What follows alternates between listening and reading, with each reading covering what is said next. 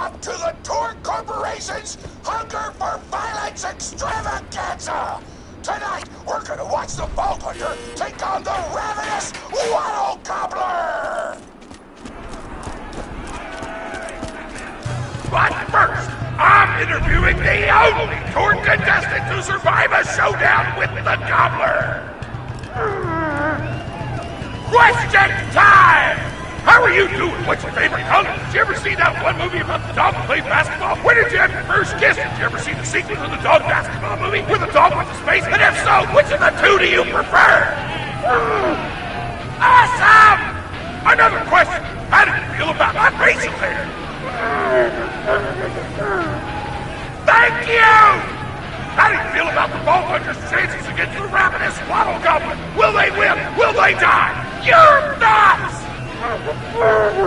You don't sound competent! Further questions! Who is the most attractive person on Pandora? That's an awful thing to say! Ellie's like a 10! Try expanding your definition of beauty, you chump! No! I'm done talking to you! Your grasp on body politics is lacking at best! Oh, looks like we're out of time! We'll be right back after a word from our sponsor! Hey! Get over here so I can whisper some things to you in secret!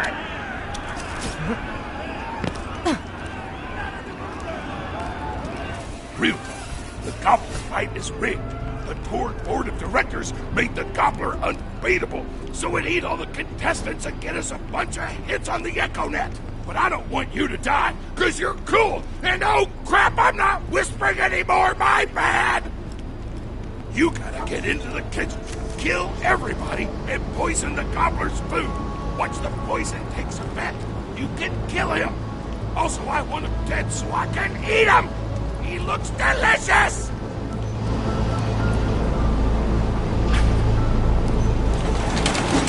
And we're back! The Vault Hunter's in the kitchen! But today there's a new item on the menu! Murder! Vault Hunter, kill the chefs!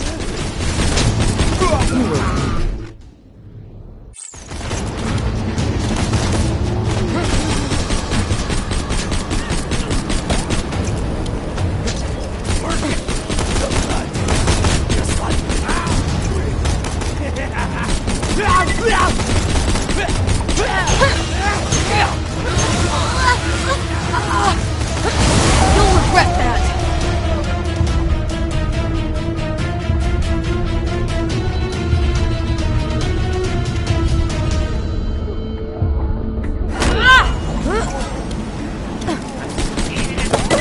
It's on your lung!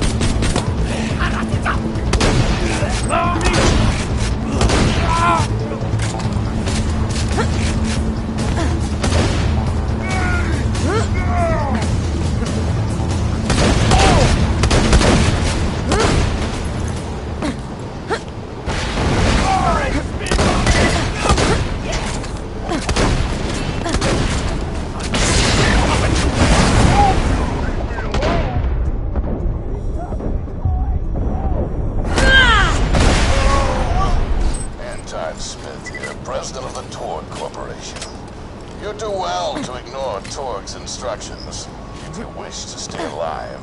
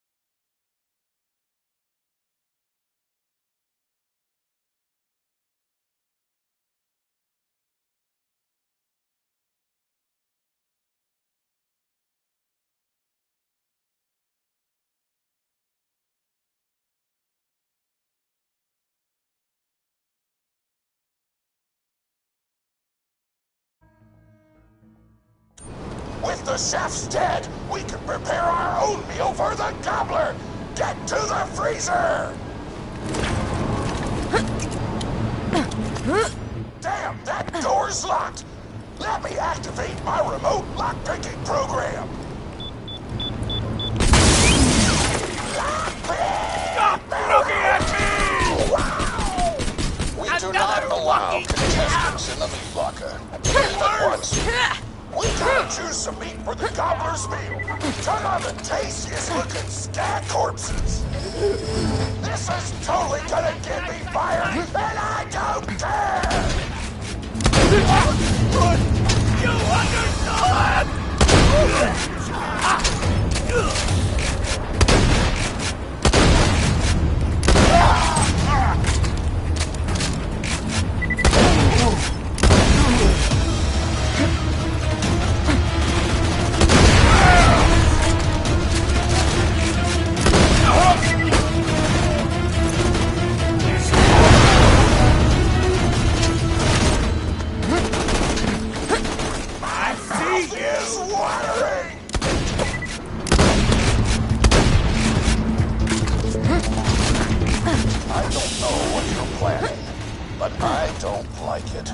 Tributes, get the Vault Hunter out of my kitchen.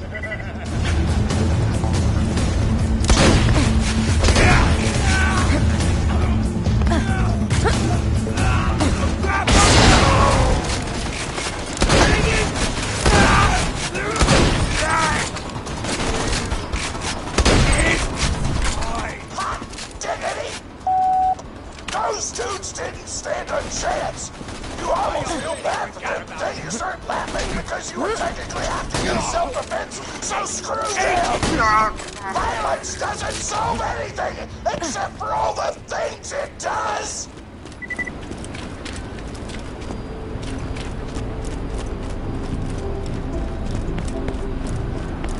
Now to grind up the meat! Get to the kitchen! Thorn, as president, I demand to know why the hell the Vault Hunter is running around backstage. Just trying to mix things up! Your job is not to mix things up. Your job is to flex your muscles and do air guitar solos, idiot. Words can hurt!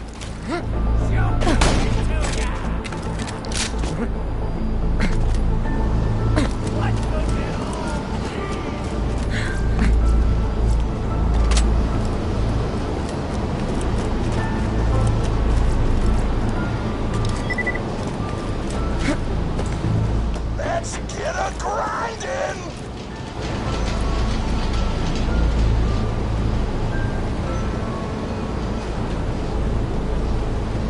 Grinder!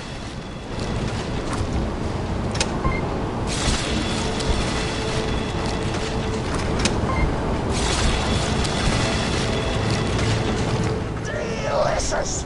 We're nearly done preparing the gobbler's meal! With the meat prepared, we only need one more ingredient. Deadly poison! Head to the stabber jabber nests!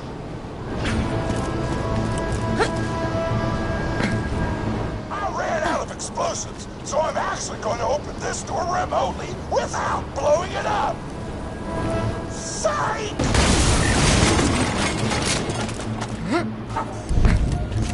You know you're following an idiot, yes?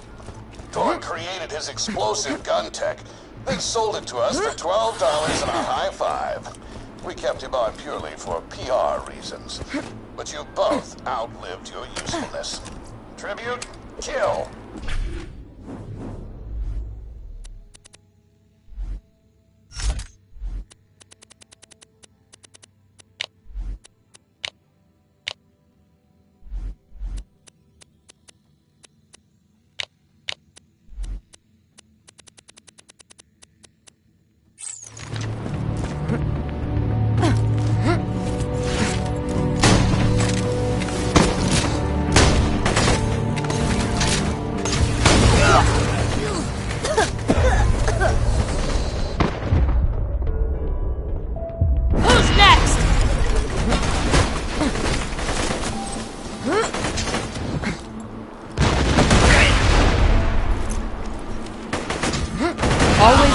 food.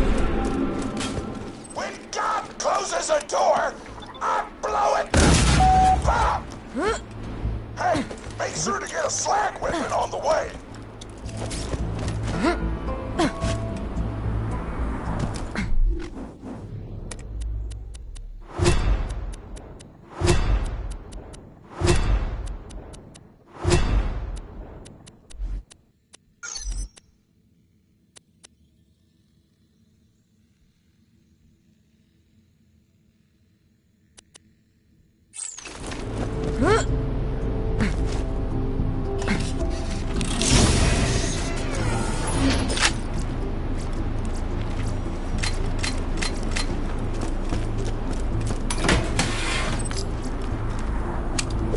You can never be too well armed.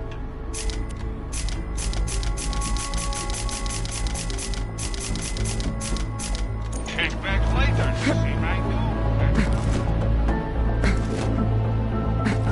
Smack the jabber nest to wake him up.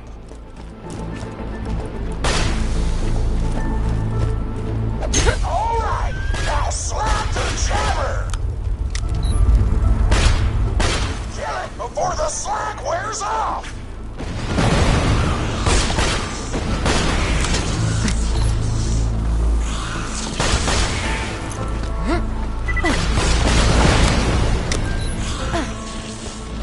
Can't still be a single slag jabber, Clint, would be enough to kill a monster the size of a planet. So get a few more. Keep grabbing glands. I want the monster full of poison because poison is spicy and spicy food is like an explosion before your mouth.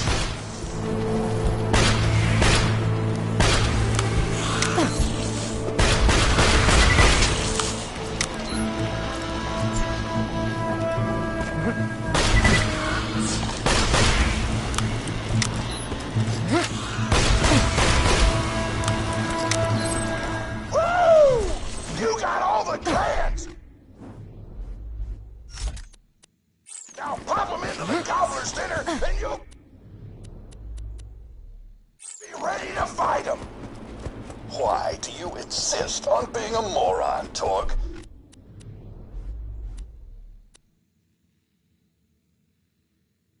This is why you lost a controlling share of your own company.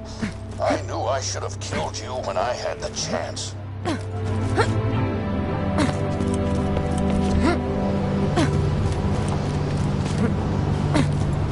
Now add the poison glands to the marination vat. Take that button to marinate the poop out of that meal.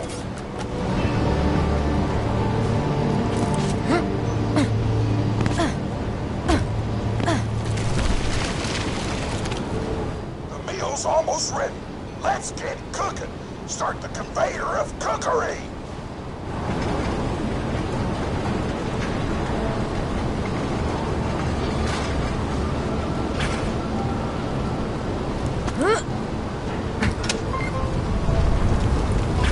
That's it. You've gone off script one too many times, Torg.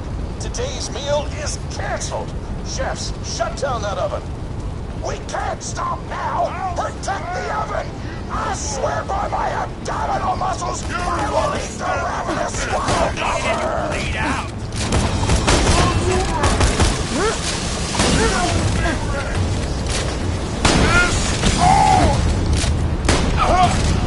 Don't let those food stomps destroy our culinary masterpiece!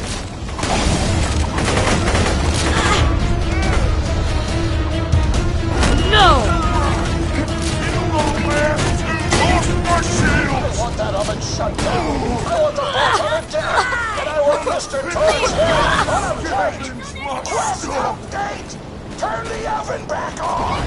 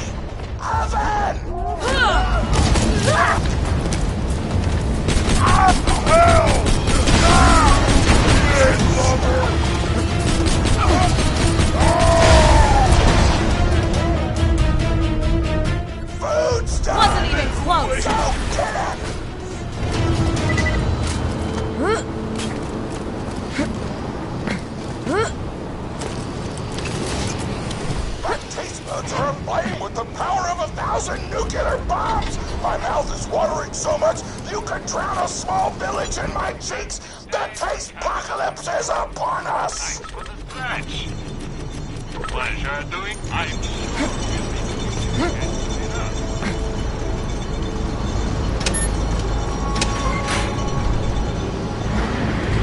You know why we made the Gobbler invincible, Torg? So you could kill him. After dozens of failed attempts by other contestants, you were supposed to finally kill it on camera while wielding our most expensive guns. You would have looked like a hero. Why be a hero when you can eat one? You are the dumbest person in the world. I paid several other contestants to kill you if the Gobbler can't, Vault Hunter. You and Torg will pay for your idiocy. Here comes the ravenous Waddle Gobbler! We've replaced this creature's normal food with poison! Let's see if he notices! He took the bait! Now just don't die until the poison takes effect! Waddle Gobbler!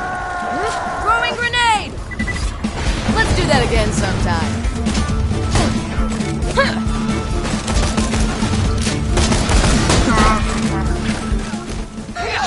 Idiotic lurch! Don't shoot the Gobbler! Shoot the Vault Hunter! The poison! And now, you will fall. Got some for ya! Let the taste apocalypse begin!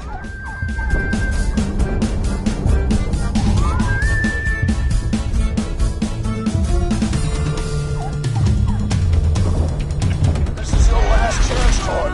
Call this off, or you're out of the company! When Remonstrance proteins up! Pro-boater!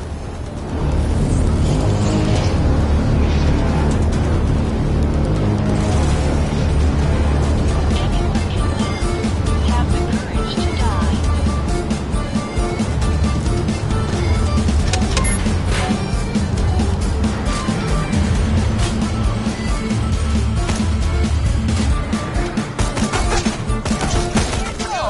Idiotic lurch! Don't shoot the Gobbler! Shoot the Vault Hunter! The poison's working! It's working! Get it out! It's killable! Let the taste apocalypse begin!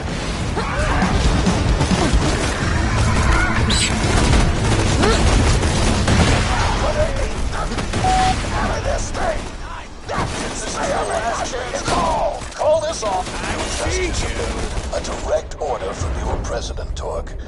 You're dead. I'm back, I'm bitches! so scared! I know you can't tell because of the tone of my voice, but that was sarcastic! Anyway, come on back whenever, Vault Hunter! Good riddance.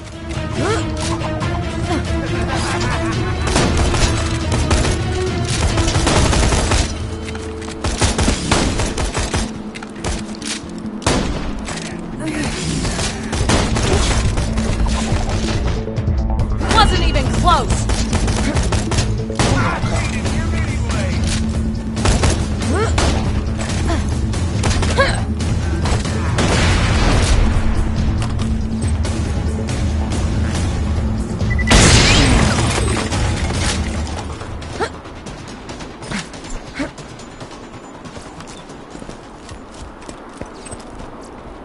That is beautiful.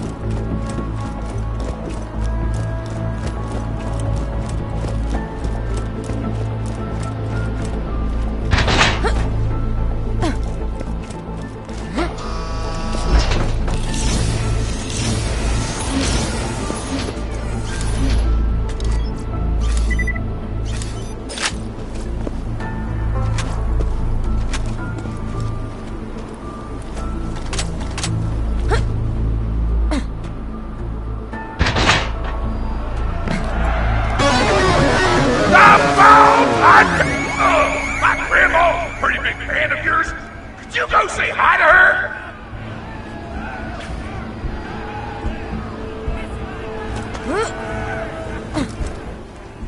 Oh man, it's the Vault Hunter! You are awesome! Didn't you fight Terramorphous? I fought a big creature like that once. He was a big whale squid with 100 tentacles. You ever thought anything with tentacles? Oh, of course you have.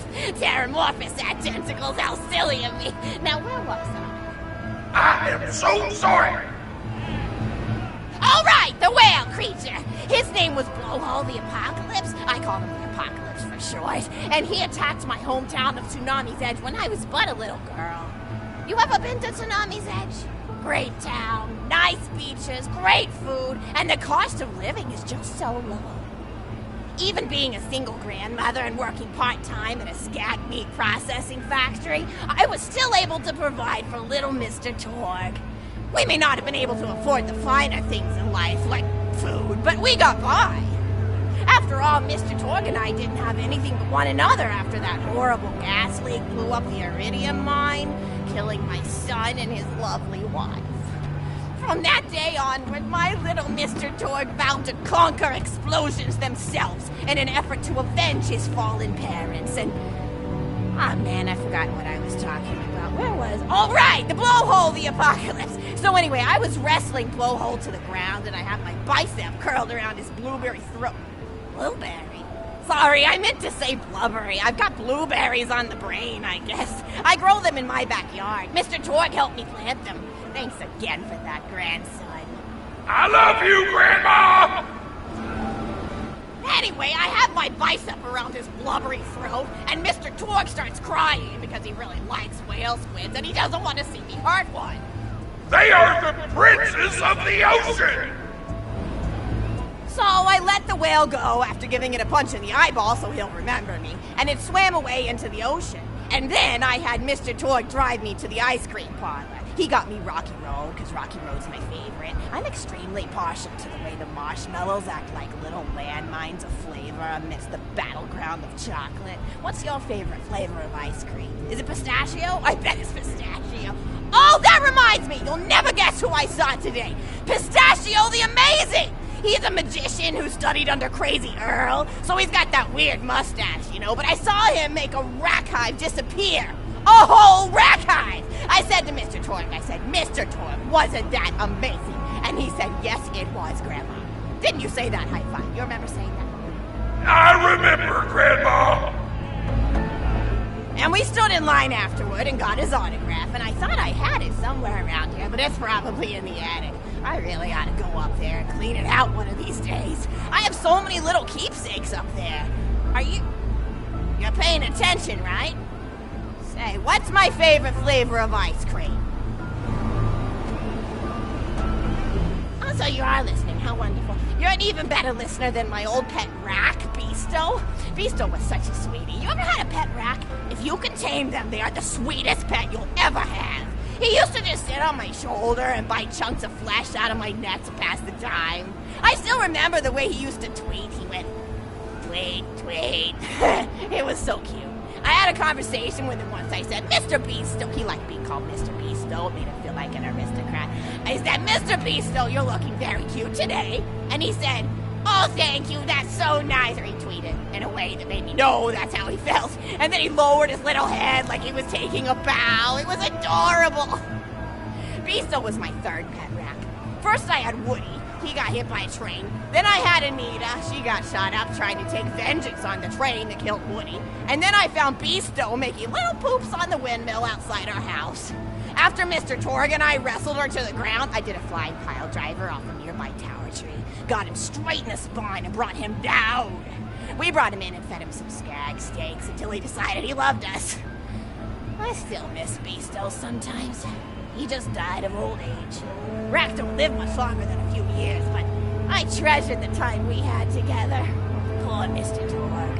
When Beasto died, he cried for a week. The kids made fun of him at school, but I told him not to pay them any mind. Being in touch with your emotions is not a character flaw!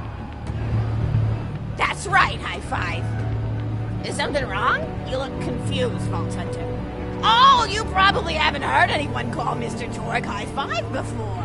The world may know him as Mr. Torg, but the Flexingtons always refer to him using his middle name. It's a Flexington family tradition, after all, to use your grandfather or grandmother's name as your own middle name. And my husband, Hi-Fi Flexington, God rest his soul, was the best grandfather Mr. Torg could have asked for before he passed. He taught Mr. Torg dang near everything he knew about firearms. Without Hi-Fi's teachings, I don't think the Torg Corporation would exist at all. Gosh, I still remember the first gun Mr. Torg tried to make after his parents died. A Jacobs shotgun with a stick of dynamite attached to the barrel. Torg nearly blew his face off, but he got up, dusted his mustache off, and swore that by the time he reached the age of 11, he would make a gun that fired explosions without killing the operator. And by golly, he did! It took a couple of dozen prototypes before he got the right combination of gun parts and explosives, right? But once he did, woo-wee! I'll never forget the plume of smoke that used to be in my neighbor's homestead. They were jerks, though, so it's okay. Gosh, I've been talking your ear off for some time, haven't I? It's so kind of you to listen for this long. I've taken up too much of your time already. Please don't feel like you have to stick around any longer. As a matter of fact, take this for giving this old woman some company. Woo! Or even more. I've got another story for you, but I'd like to tell it to all of your friends at once. An old lady like me has to save her voice, you know. Oh, you still want to talk with me? How incredibly sweet of you. Say, you'll never guess who I saw today. Captain Scarlet. She was robbing my retirement home with a few other brigands, and I recognized her from her wanted poster, and I said, "Oh, hey, you fought the Vault Hunter, didn't you?" And she bowed all elegantly and said something like, "Indeed I did, madam," and said that you were really good at fighting, and that you beat her fair and square.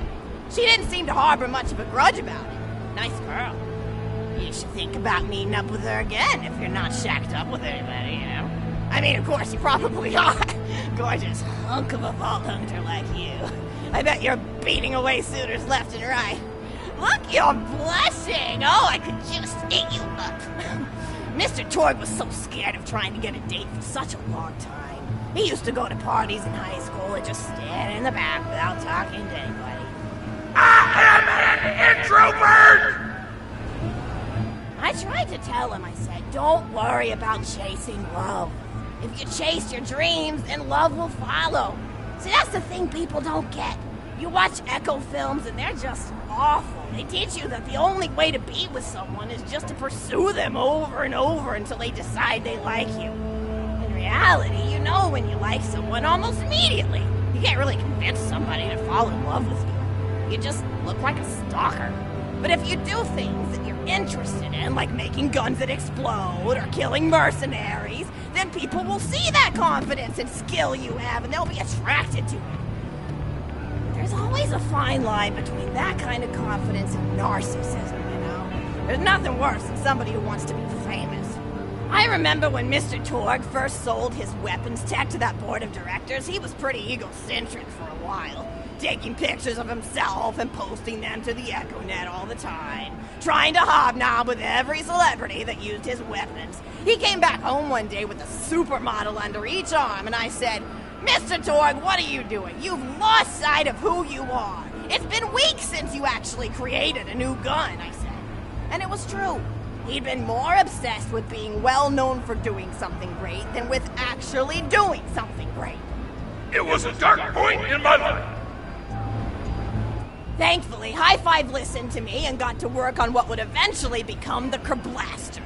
You a fan of the Kerblaster? That was always my favorite. That and the Flacker, which I know a lot of people hate. But there's more to combat than just brute efficiency in this old lady's eyes. Style counts for something. And there's nothing quite like filling the air with tiny little explosions. It's like a fireworks show, except the deaths aren't as sad and unexpected. Actually, that reminds me, now that you're here, I wanted to throw some ideas at you for feedback. I'm a playwright in my spare time, and I'm trying to write a story about an up-and-coming tournament fighter who tries to find love in a gladiatorial arena. And I figure you've got a lot of experience, so your feedback could really be valuable. So the play is called Broken Hearts and Broken Necks. Scene 1. Fade on an arena just after a battle. Body parts litter the stage. A lone warrior stands in the middle of the stage, a spotlight illuminating her blood-stained arm. She stands, holding her sword triumphantly aloft. Valkyrie. Is there no warrior who can challenge me? Must I be destined to spend my life as the strongest, the bravest, the most invincible warrior this galaxy has seen? For I am Valkyrie, scourge of the gladiatorial games! Excellent, Valkyrie, as she shakes her head in despair. From stage left, enter Nolan, a janitor with a heavy heart and an even heavier conscience. He begins sweeping the body part into a bin, which is colored green, and remember that because that's the smaller color that will come in, until melancholy overtakes him. He drops his bush broom to the floor and falls to his knees before delivering a heart-wrenching soliloquy.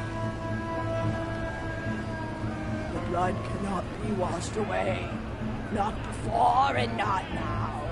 Even as I attempt to escape the past which haunts me still. Must I live forever as a fraud, sweeping up the trash of others to hide my shame and avoid my pursuers? Must I forever remain on the periphery of joyful combat, ever watchful but never participating? With the clatter of armor, Valkyrie re-enters on stage left. Good morrow, lowly janitor. I heard a noise and thought it worth investigating. Oh, great Valkyrie, 'twas nothing but the wails of those souls you released from their bodies tonight. Souls that wail in agony as they fly upward through Valhalla. Fools! What have they to wail about? Their agonies are over, ended at the point of my sword. Mine, however, have only yet begun. For it is lonely at the top, and an unchallenged life is a boring one. No, Don, listen. If only I were able to tell her my true identity, I would give her a fight she would not soon forget. Back to her. Yes, ma'am, boredom is the true tragedy. May you one day find challenge in combat. Stupid. Nodon picks up a giant two-armed bastard sword with almost no effort. Valkyrie is up. What is this? Excellent. Stage left. Valkyrie. What strength this janitor possessed? Who is he to pick up a bastard sword with the 2 fingers? What hidden power does he hold? What secrets does he keep? I will endeavor to uncover his past, in the hopes that our swords may cross in battle! Excellent. End of scene. Scene 2. The interior of the governor's house. The table is set with myriad teas and biscuits. Oh, I'm so sorry. I didn't even ask you for the feedback on the first scene. Did you like it? Oh, wonderful. I'll continue then. Scene 2. The governess enters from stage left. Governess. I refuse to respond to these absurd accusations. Her husband looks at her quizzically. Governor. And what accusations may those be? Governess. Actually, you know what? I don't think I'm ready to get feedback on the play yet. But what about you? What are you up to? Tell Grandma Flexington all about it. I bet you've had some amazing adventures. Mr. Torg told me about the time you all played bunkers and badasses together. He said it was one of the most fun and welcoming experiences of his life. Grandpa! You're embarrassing me! Sorry, sweetie, but really, you and the Vault Hunters are his first real pals. It wasn't easy for Mr. Torg to make friends at school when he had facial hair at age 8, pecs at 8.5, and dead parents by age 9. People found him intimidating. But I told him that he should be thankful for the fact that he looks different. Anyone who wouldn't be friends with you based on appearance wouldn't be a very good friend anyway. But he really does like hanging out with all of you. Most people these days want Torg to pose for pictures or blow something up by flexing at it. It's not often he gets to sit down and play games with people. Oh, speaking of games, did you play Going Back to the House yet? It's a new echo simulation about exploring a log cabin you lived in when you were a kid. There's no violence or anything. You just walk around looking at cereal boxes and remembering people you made out with. I really like where Echo Sims have gone in the past few years, don't you? There seem to be a lot more of them with interesting things to do beyond shooting people, and the writing has gotten so tight and concise. For instance, did you ever play The Samurai's Marker? The whole game's story was delivered through haiku. Did Zero write it or something? No, I'm just joshing. I know you're too busy for that. But oh yeah, I was playing at the end of the pointed gun last night on my Echo Sim player, and wow, is that funny. It's about a guy who punches people and smacks himself in the face with doors. Easily one of the best punch-related comedy sims ever. But oh, I'm really looking forward to this game called Robot Hunter Assault Squadron, which is this big randomized survival game about throwing bottles at trees and accidentally scaring birds. In the demo version, I scared a bird so hard it died. 10 out of 10 in my book. But what kind of things do you do for fun? You play any sports? You look like you might be into some of the more extreme stuff, like spine hurdling or psycho head volleyball. I knew an athlete a lot like you when I was younger. Her name was Nijo, and she was especially gifted at the giblet toss. That's an old pastime we had back when I was younger. Idea was you punch a convict, and then see how far you could make their viscera fly across a big field. You got points based on distance and the size of the viscera. She won the final round of the giblet toss championship by getting a left eyeball to cross the 300-meter mark. They said she was juicing with iridium, but I think they were just angry that she dethroned the reigning champ, misogynistic Jeff. People really liked him for some reason. Hey, what's your favorite food? Mine's burgers, personally. People look at you like you're a pleb or something when you say you like burgers, but just think of all the things you can do with them. You can change out the patty, play around with the toppings, change what sides you have. You ever have a burger with veggie chips? Gosh, I all but forgot about fries for about a year after I discovered the veggie chip combo. And I'm not a vegetarian or anything, but those veggie patties they make on the more upper class worlds are crazy good. Better than real meat if you cook it right. Mr. Torg tried to be vegetarian once after he saw a fluff bear get run over by a truck. How long did you last again? 12 seconds! Barely even finished the word vegetarian before he lunged at a skag chew I was holding in my left hand. Nearly lost a finger. Granted, he's always been partial to skag chews or skag bacon. Don't know why, since I always felt like skags tasted like old tires and vomit. But to each his own. Taste is a funny thing. People say your taste buds get more refined as time goes on, but they actually get worse and worse. So when Mr. Torg used to refuse vegetables as a kid, it's because he was actually tasting how awful they were. When we old folks eat vegetables, we're only okay with it because we can't taste all the gross vitamins and stuff.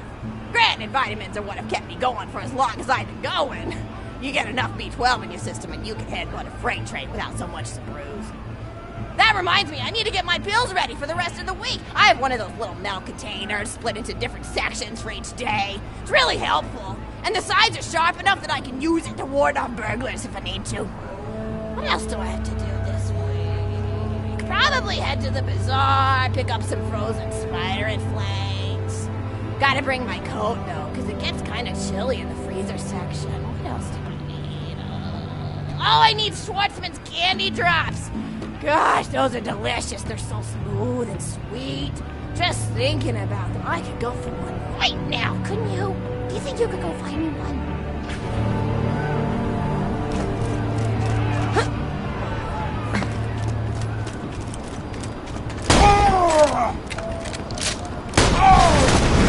I'll make your toes out. I can still run.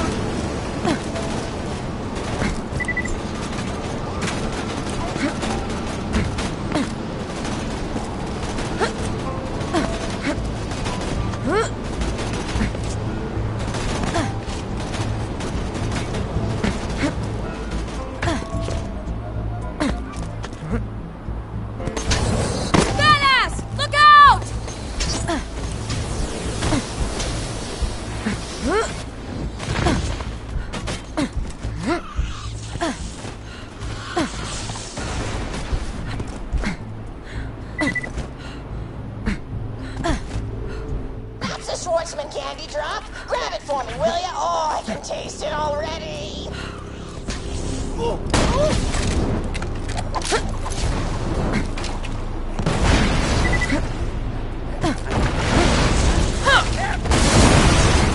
I like that. Oh, wonderful! Bring it back here and I'll finish my story.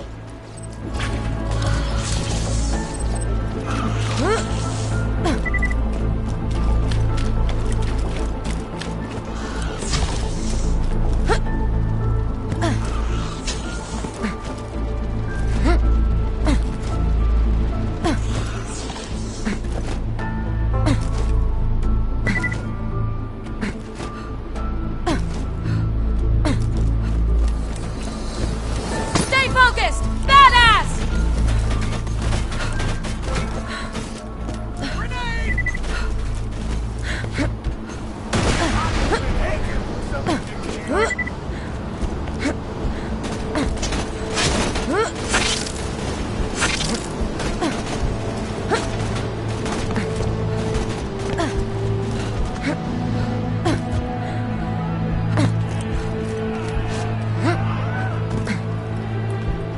Thank you so much! I'll eat this later while sitting by the fireplace telling Mr. Torg stories of days gone by. There's just nothing like a good roaring fireplace, is there?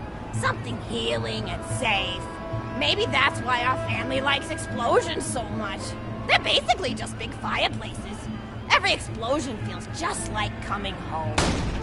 Oh, maybe that'd be a good slogan for the Torg Corporation. Don't you think, High Five?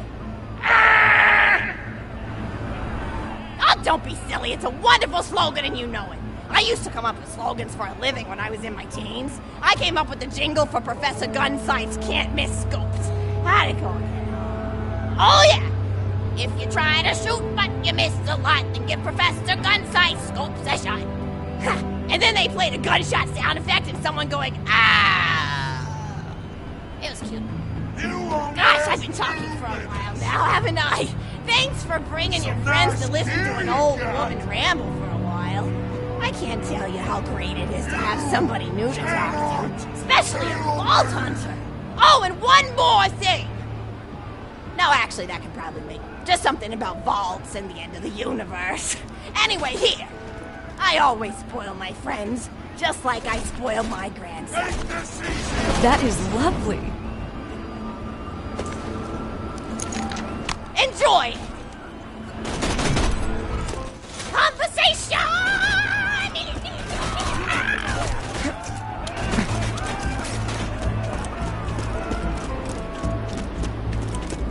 Guns! Glorious guns!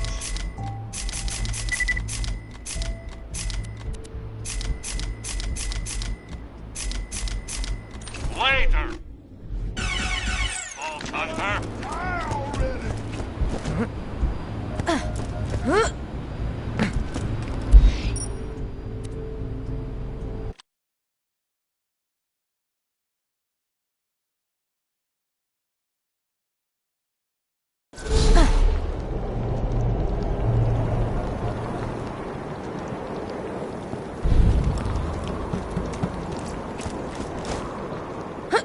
Good. Happy Mercenary Day. I got a job for you. You ever been to Gingerton? Place sucks, full of laughing and singing. They're good customers, though. And they haven't responded about the shipment of guns I sent them by train. You wanna do me a Mercenary Day favor and check the town out for me?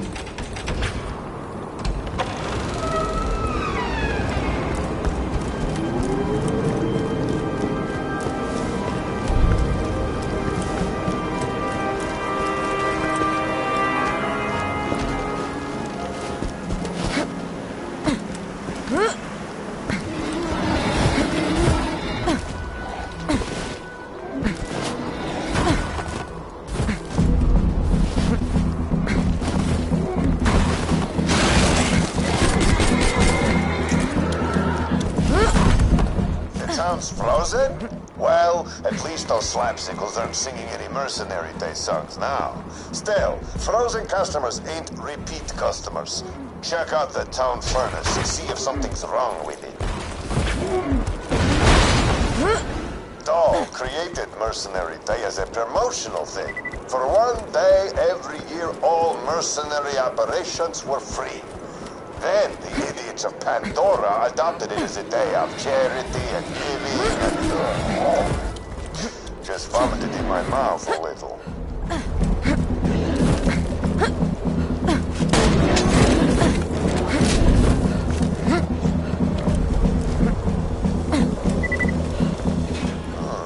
Looks like he's out of coal. But who would have stolen the coal? Strangely satisfying.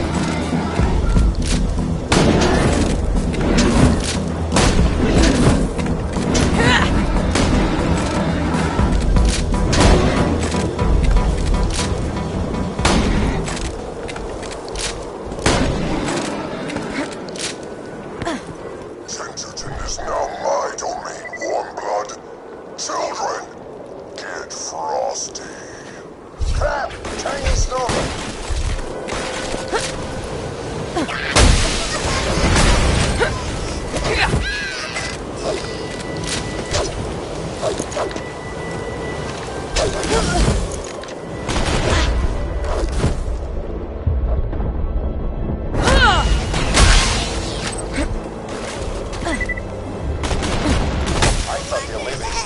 Just a myth like happy people. They must have frozen the town and ambushed my train full of guns. Get to the tracks and check out the train, would you? I feel a cold wind coming on. Don't you, children?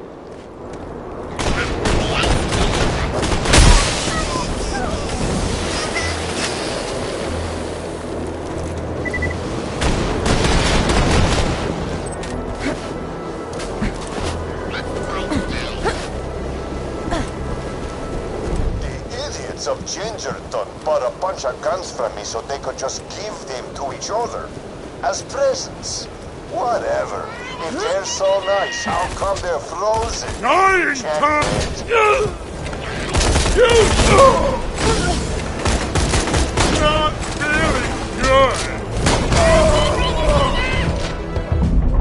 No!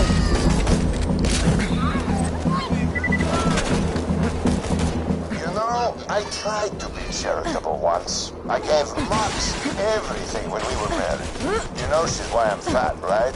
She said, Marcus, make your enemies underestimate you. If you're ruthless, look fat. If you're smart, look sexy. Great girl. Miss her sometimes. Throwing grenade! Oh, I enjoyed that. Goodbye.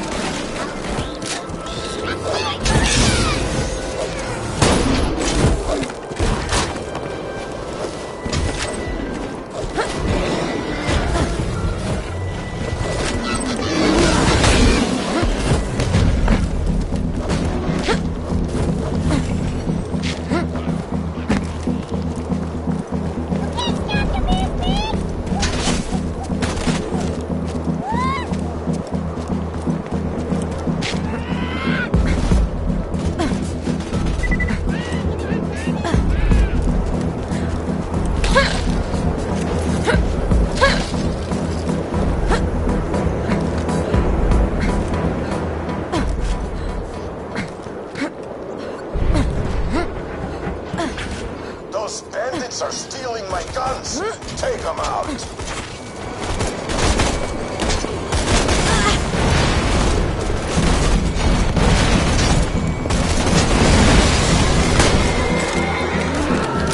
I like that.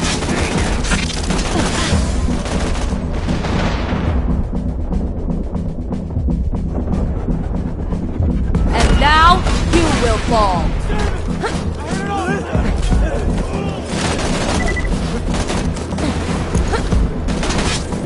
The only one that knew! Yes! Bring me a bucket!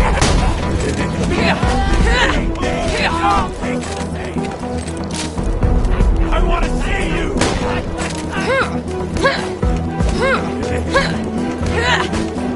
Go!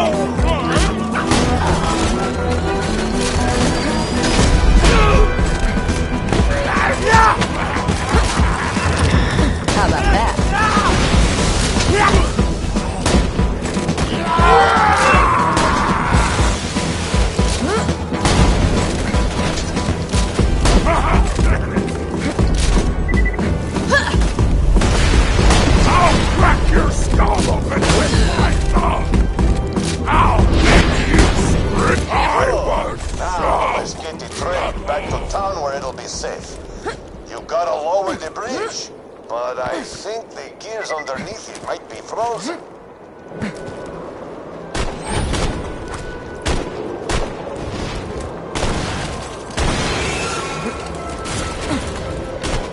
Tracks clear? Good. Now, convince the conductor to get the train moving. Once the guns are back in Gingerton, we can take them home before the town unfreezes. Then, we'll tell the townsfolk that Bandit stole the guns, and I'll keep my money and my merchandise.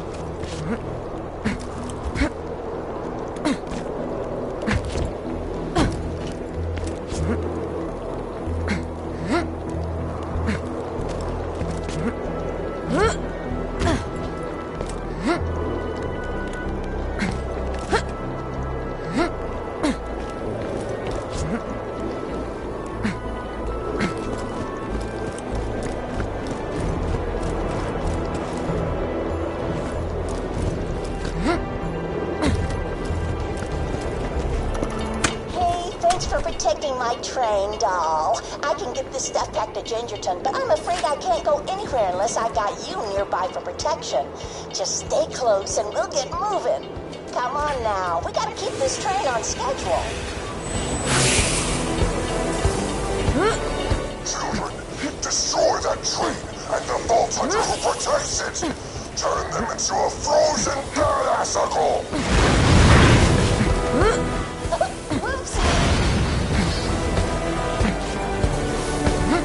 Fiddlesticks. Let's get some fresh blood on the tracks. I control everything, foolish Vault Hunter. Now I'm pissed. Bandits, the snowmen, the elements themselves. Your mercenary day gift is a futile death.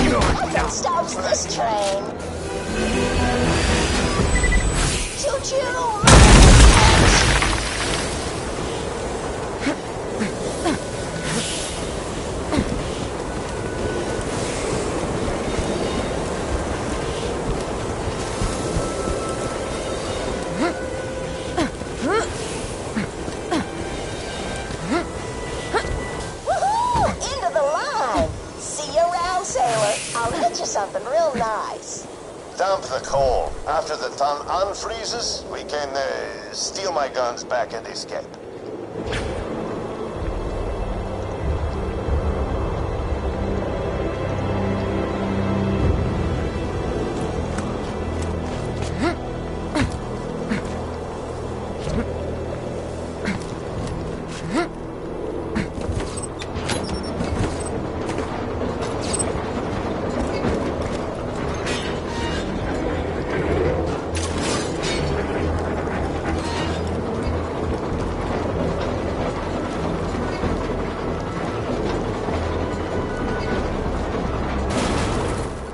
Let's get the power back on.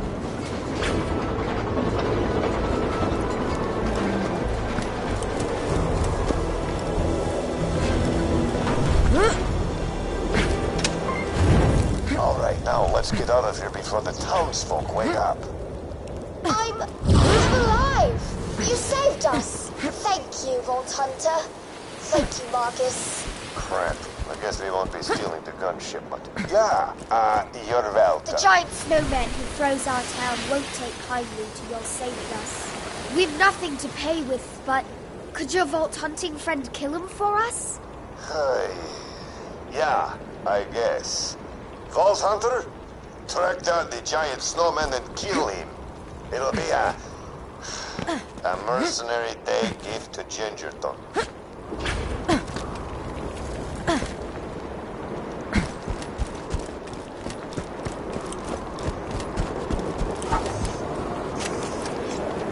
What are you doing? Get away from the lake! I just want to be left alone so I can kill everybody after you leave!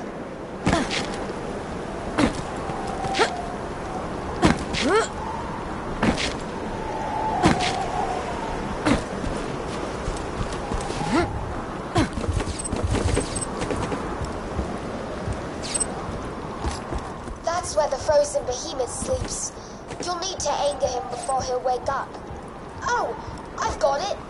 Ring those bells to play the Gingerton anthem. Our people will sing their hearts out with joy. Mr. Snowflake hates the sound of joyful singing.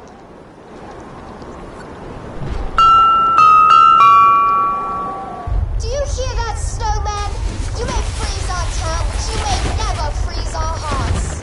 No! Not the cheerful singing! I hate cheerful singing! Make it stop!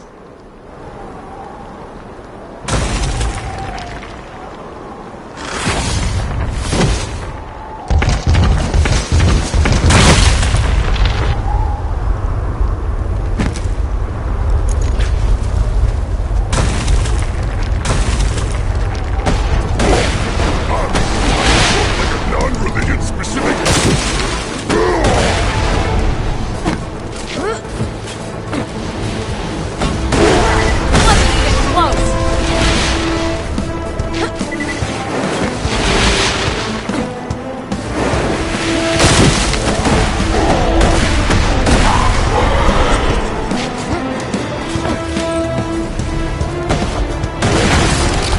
He's weakened. Quickly, take his magic hat. It's the source of his power. My hat! My beautiful...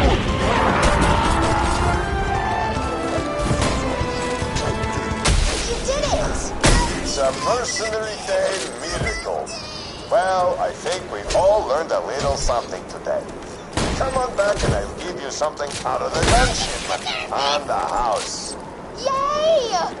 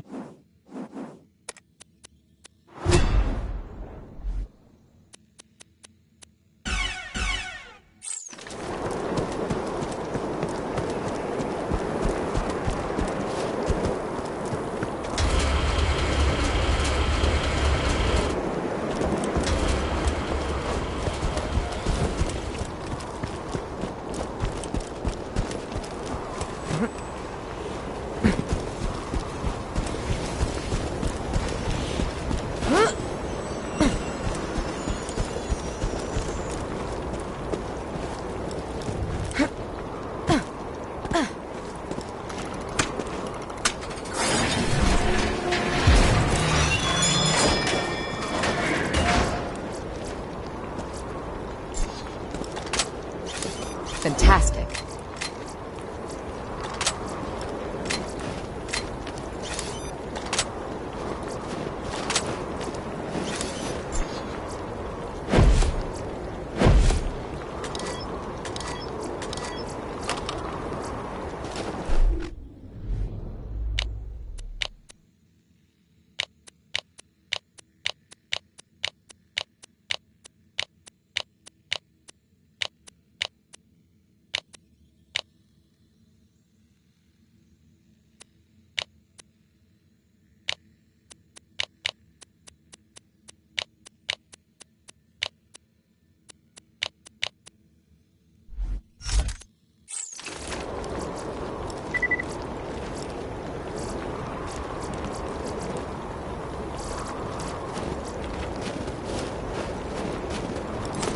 Marcus! Oi, Governor! I've got a problem.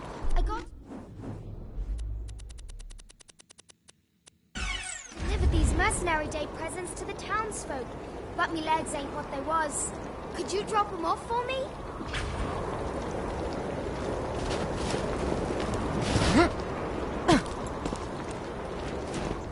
Thanks! Just drop those off and I'll give you a few shillings I've got as a reward.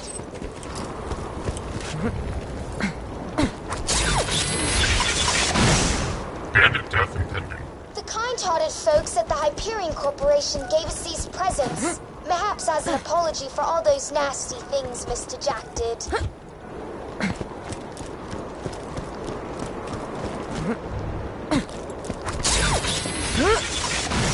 Success. Really gives you hope, doesn't it? Hyperion nearly ended the world, but now they're trying to make good on their mistakes with these presents.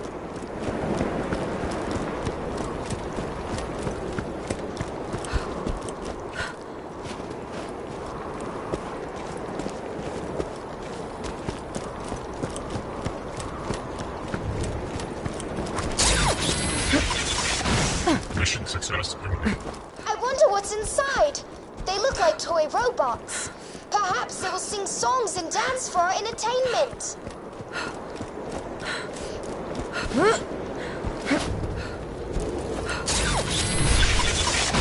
Bandit death. Oh dear! Look out! It appears Hyperion has not changed their tune at all. Could you destroy those presents, Vault Hunter?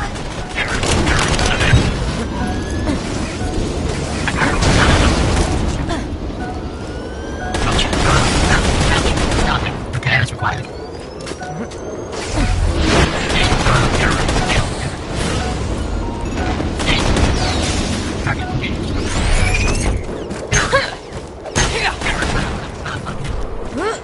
I suppose I understand why they wanted us dead.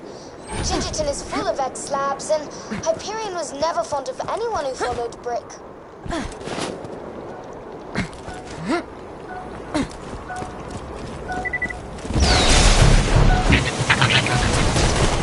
Stay focused! Badass!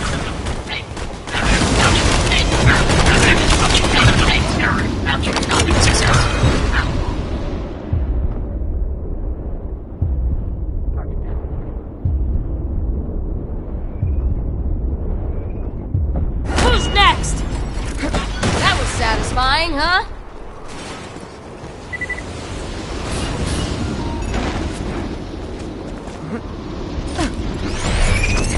That calmed him down some. What a truly sad day. If only the robots would have befriended us. Oh, the fun times we would have had.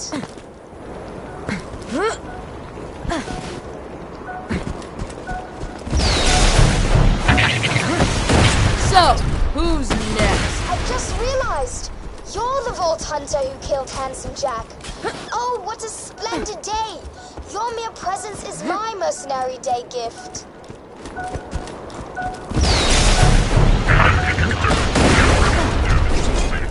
Wonderful, Vault Hunter. Mercenary Day is saved. Return to me at your leisure. Huzzah! This has truly been the best Mercenary Day ever.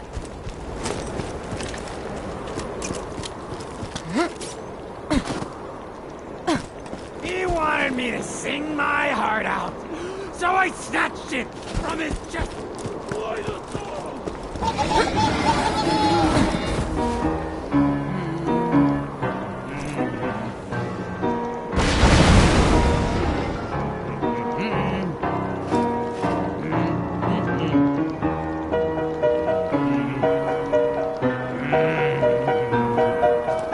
Master! Get to the bridge, or I'll throw you screaming off of it!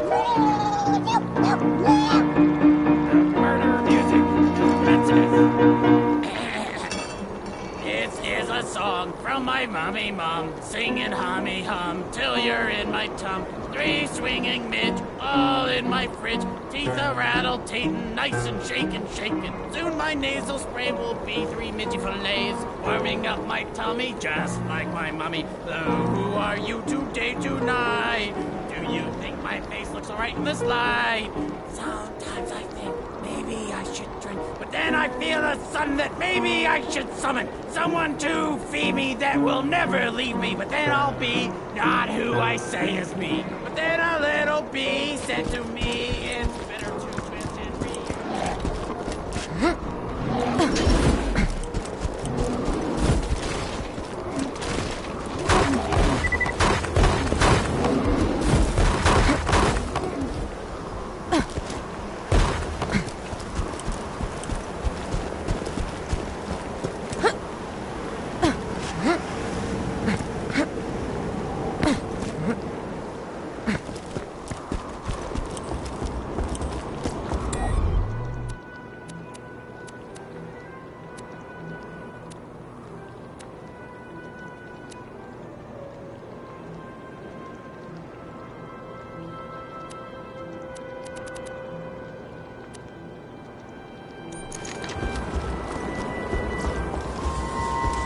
Feeling overburdened by money?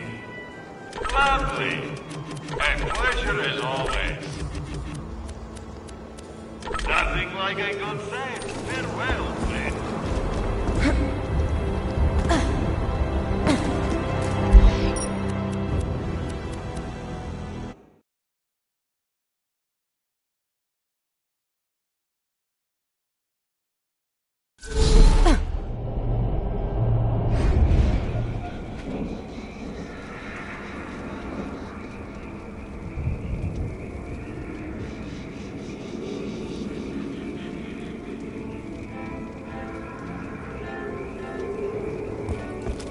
Welcome to Hallowed Hollow, the only community for Pandora's exiled and retired undead.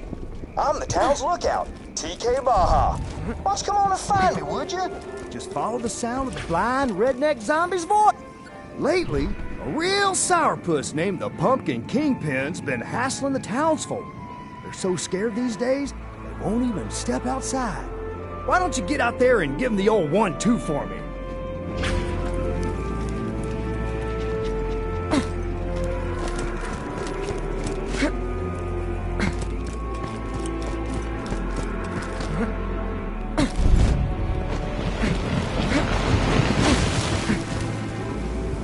Pumpkin Kingpin should be in that clearing on the other side of that gate.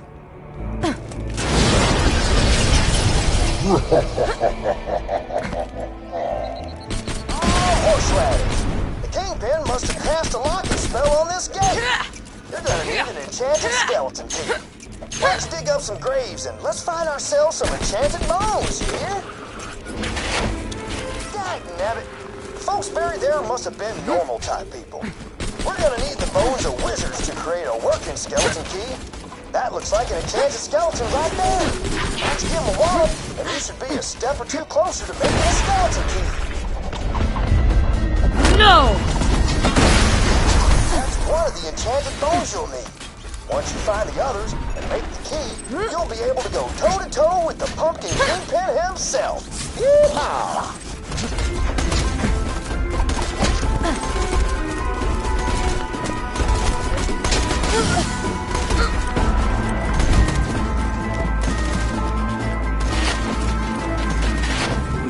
You done found another enchanted skeleton. I haven't been this happy since that time I got killed.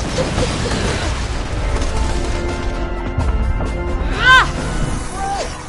Only one one more bone piece left, and then you can make yourself a skeleton key.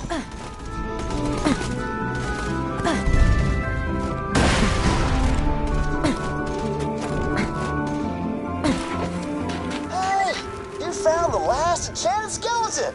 Why don't you drop the uncomfortable subject at a family dinner? All right. Now that you got all the enchanted bones, why don't you head to the blacksmith's and forge yourself a skeleton key? While you're there, tell Sully the blacksmith that I said hi.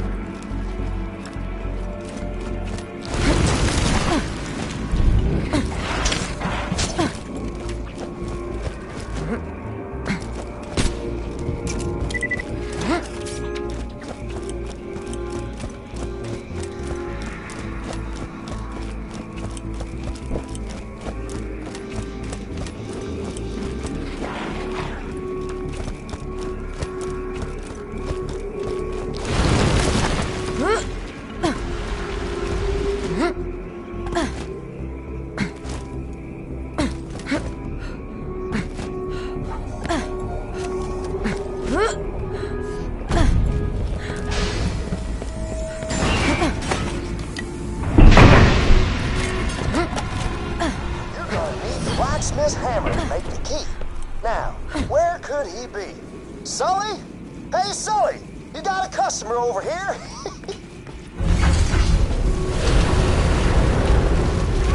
Oh, there he is! Why don't you ask him for his hammer, would you? I'm sure he'll hand it over if you ask him nicely.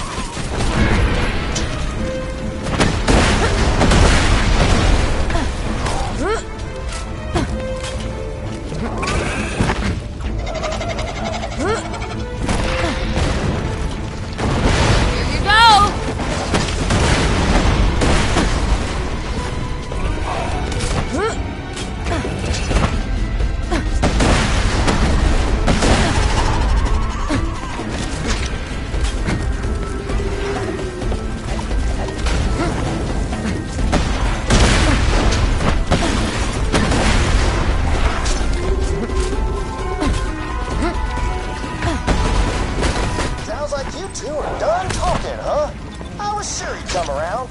Nevertheless, you better get that hammer from him.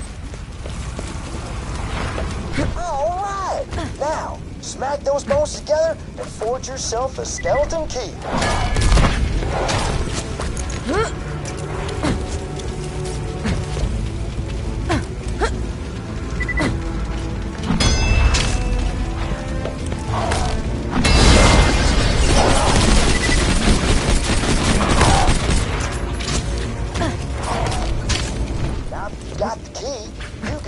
Pumpkin Kingpin's lair and make the rivers run orange with pumpkin guts.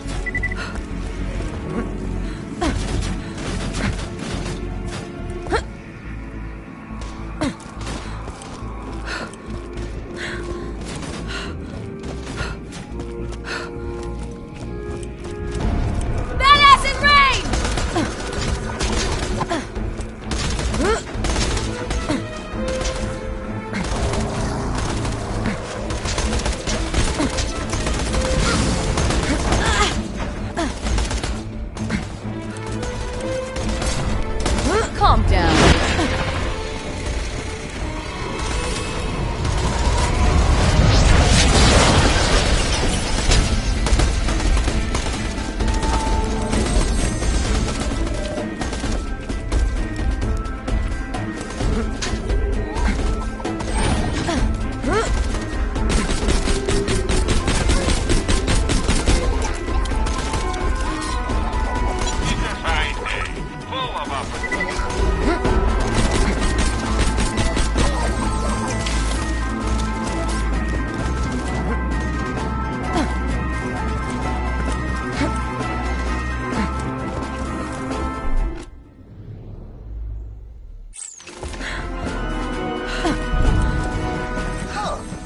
This is definitely where the Pumpkin Kingpin lives, but he ain't here.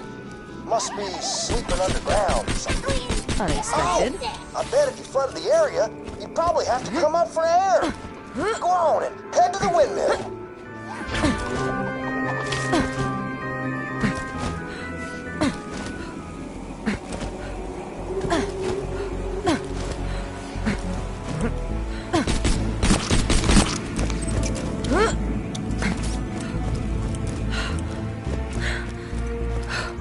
Windmill ain't working, is it?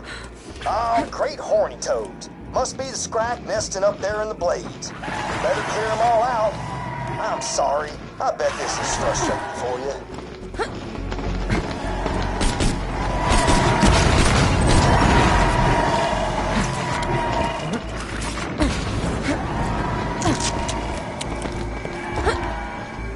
Those abominations there were made by good old Dr. Zed.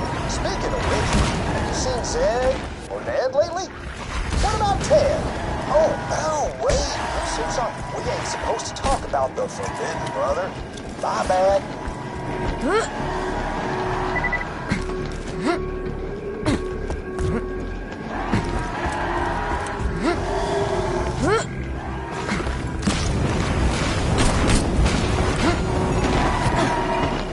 The Smoggles and Scrat tell legends of the creature who kicked him out of the Iridium Blight. Said there was a real big, small or normal-sized man or woman, and that there was 1 to 4 of them. The legends are pretty vague.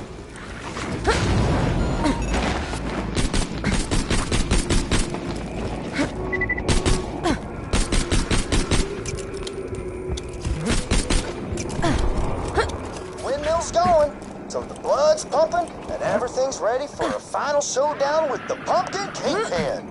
Whenever you're ready, just head back to the Kingpin's domicile. That windmill powers our hemoglobin pumps. Got a few vampires in town and, well, they make milkshakes out of blood. I had one once. It was all right.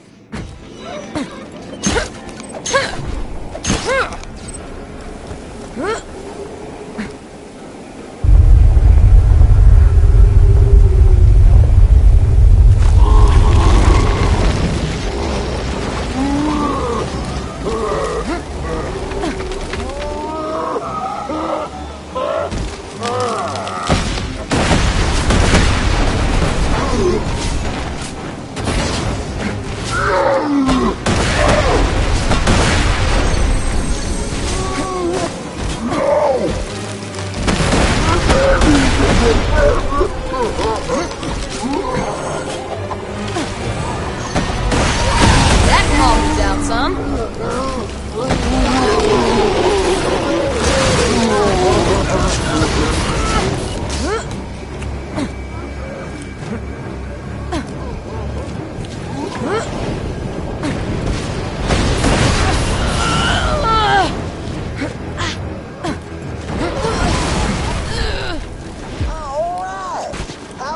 Was safe once again. Come on back for your reward whenever you want, old pal.